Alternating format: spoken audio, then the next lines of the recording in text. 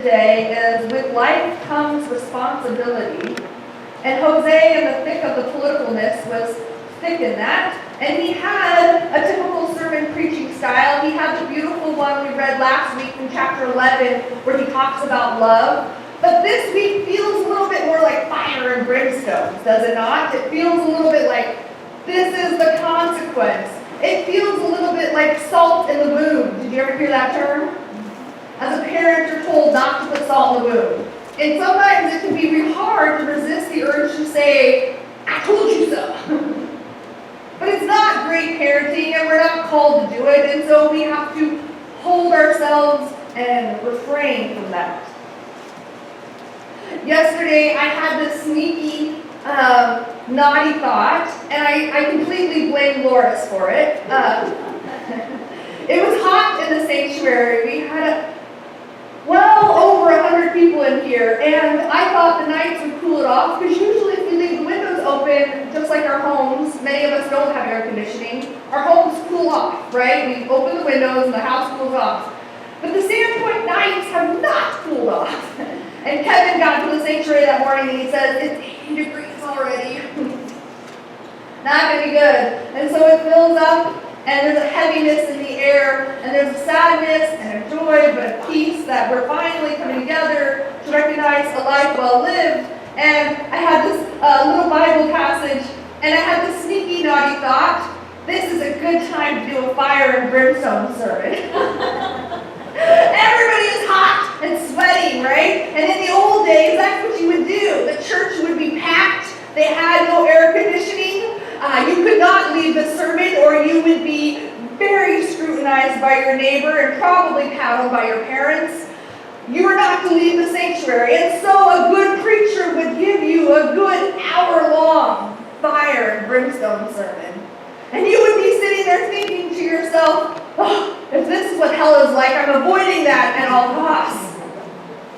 I had one funeral I went to, and he turned the sermon, the funeral, into a fire and brimstone. He went into, I kid you not, all 10 commandments. I can't even remember the parishioner that died. The parishioner had requested this local pastor, and he said he gave really good sermons. And I do remember that 10 Commandments sermon in that 100-degree church with people sweating for an hour hearing the 10 Commandments. And then as I had to stop myself in a little bit of a heat stroke yesterday, I was like, no. You can't do that, Catherine. As naughty and as fun as that might seem, you're not to do that. But then as the family members shared the silly shenanigans and the stories and the memories, I felt at that moment it was a little bit of Loris' spirit. It can be easy when times are tough to just really stick it in, to really drive it home. And that's the tricky thing about Jose here, is when he was present, when his scriptures became about, it became as a reflection of Deuteronomy. They think that many of the words he used are very similar to Deuteronomic laws, and so that's why I talk a little bit about it. But it was Deuteronomy, the old legalistic laws, transforming and changing. And so Jose writes, but because the people that were, the country that had fallen, the people that were left behind, the Samaritans, and we will get to the Samaritans, and the Jewish people that had to flee to other countries and survive in other lands, because those people were like, oh, you remember Jose. You remember that guy. Oh, I remember Jose. I remember his wife and his children that didn't look alike. I remember Jose. And they would bring up Jose, and they would bring up that, and they would say, what were we missing? What was lost? And when they were feeling particularly bad on a hot day in the desert and starving, they would get a good preacher up there because they didn't have Netflix and they didn't have TV. And they would get a good long-winded preacher up there, and that preacher would reflect what they're feeling. And that preacher would say, yes, does this suck? Oh, yes, it sucks. Remember Jose, he told us about this. Remember Amos, he told us about this. Remember Isaiah, he really, this is going to suck. This is going to be a terrible time. And it was reflective to what they were feeling. And it made sense. and it resonated with them. There's stories of African Americans when they were first brought over in slavery. They were given that Sunday off to have a preacher, and if you've never been blessed by a black Southern preacher, you need to go hear them. They are amazing. They have the gift of resonating with their congregations. This is brokenness. This is not God's design. This is terrible. And they go into details and they capture the audience, and then they're able to turn the message into a holiness. I'll never forget AME on the South Hill in Spokane. I went to one of their Christmas Advent services, and he talks about hope. And he did this wonderful job, this preacher, in his wonderful tones, and he resonated with how broken it is, and how people gossip around the holidays, and how people do this. And then he flips the sermon, and he says, but don't let that steal your hope. That's not what this is. This Sunday is about hope. And he does this beautiful way of resonating with people's pain and their struggle, and then reminding everyone in that group, everyone sitting there, that you do have a freedom, a choice to choose hope. And that is your choice. You can choose it, or you can just let it go to the wayside. And so he tells them, and he moves the congregation into a place of suffering and understanding and listening and lamenting, to a place of take your power back.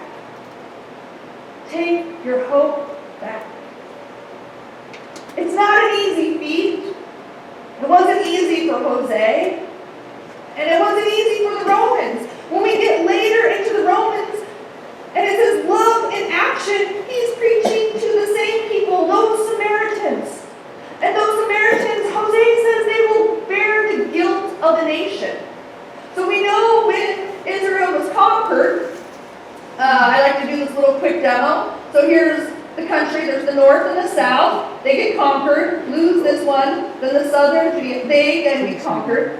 And when you conquer a nation, the first thing you do in colonization is you take the people from their land, right? And that's what we often hear, is they take the people from their land and they disperse them all over.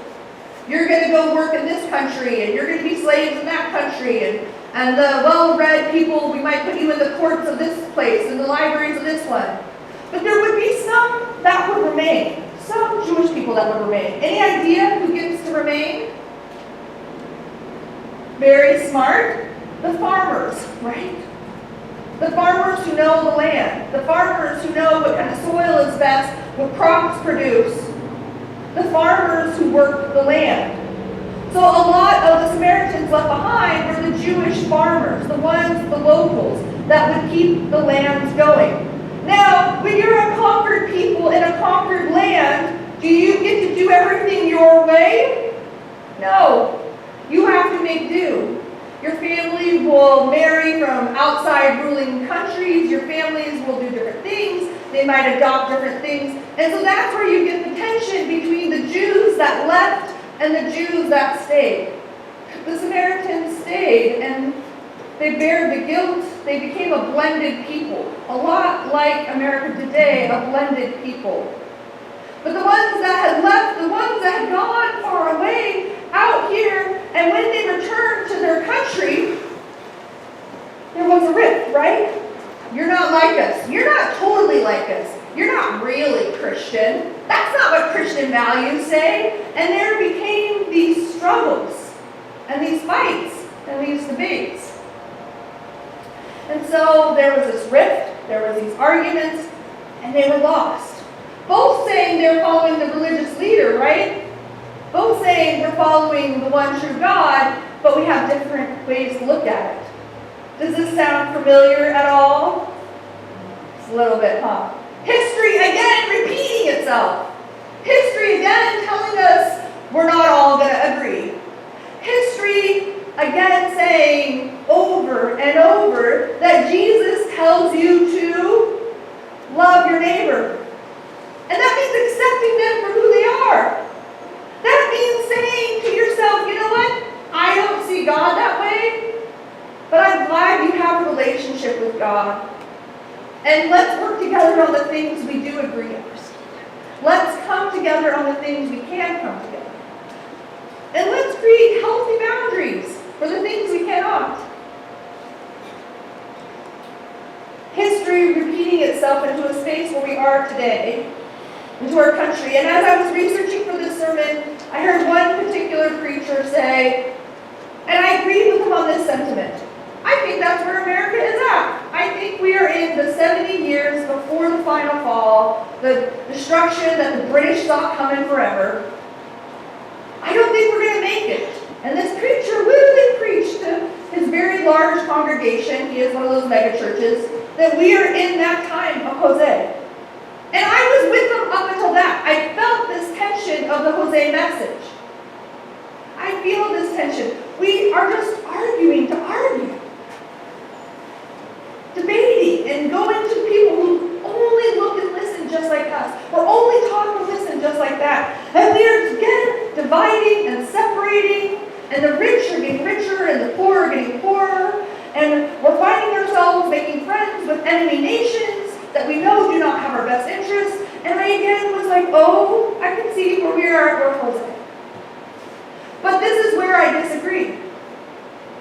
I don't think this is the end. I don't. I think that Israel is stronger in a sense because of the experiences it has gone through. Even to this day, we know there were rabbis protesting that the Gaza children needed food, and they were taken to jail. Rabbis protesting that the Gazans need food, and they were taken to jail. I think right now they are closer to God's message of love and holiness than they would have been. And I think America is going to come out stronger. I think our democracy is going to come out stronger. Because we have seen these rifts, because we are beginning to feel those birthing pains of change and shift and division and hate, I think America is going to come out stronger. We're going to learn from this. Our children are going to look back at all the things we messed up and they're going to say, you know what? I do disagree with my neighbor, but I love my neighbor and I'm going to help him out. You know what? I don't want to vote for a politician that only talks about how they are better than everybody else and everybody else is terrible. I think we're going to be stronger. Because I don't base my center of hope on the name of America. I don't base my center of hope on the nation of Israel. I base my center of hope on the wisdom and the love and the eternal, lasting truth of God's love, of God's ways. It's going to be a long journey, and I would like to say I'll be around and say I told you so, but it might be past my time. And that's okay. Some things are worth working for, even if you don't get to see the final fruit. And what does that mean for this time and you and me? It means that we are to continue the goodness and the gospel of God's words. We are to continue like those Romans. Remember Rome? They fell too. But we have their love and their wisdom. So before we close today's sermon, let me read to you the wise words of yet another country right there in the birthing pains of a great significant change. Love must be sincere. Hate what is evil. Cling to what is good. Be devoted to one another in love. Honor one another above yourselves. Never be lacking in zeal, but keep your spiritual fervor, serving the Lord. Be joyful in hope, patient in affliction, faithful in prayer. Share with the Lord's people who are in need. Practice hospitality. Bless those who persecute you. Bless and do not curse. Rejoice with those who rejoice. So yes, you all still get to have Christmas. And mourn with those who are mourning. Live in harmony with one another. Do not be proud, but be willing to associate with people of low position. Do not be conceited. Do not repay anyone evil for evil. Be careful to do what is right in the eyes of everyone.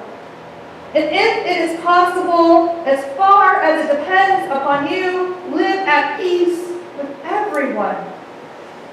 Do not take revenge, my dear friends, but leave room for God's wrath, for it is written, "It is mine to avenge, and I will repay," says the Lord. On the contrary, if your enemy is hungry, feed them. If he is thirsty, give them something to drink.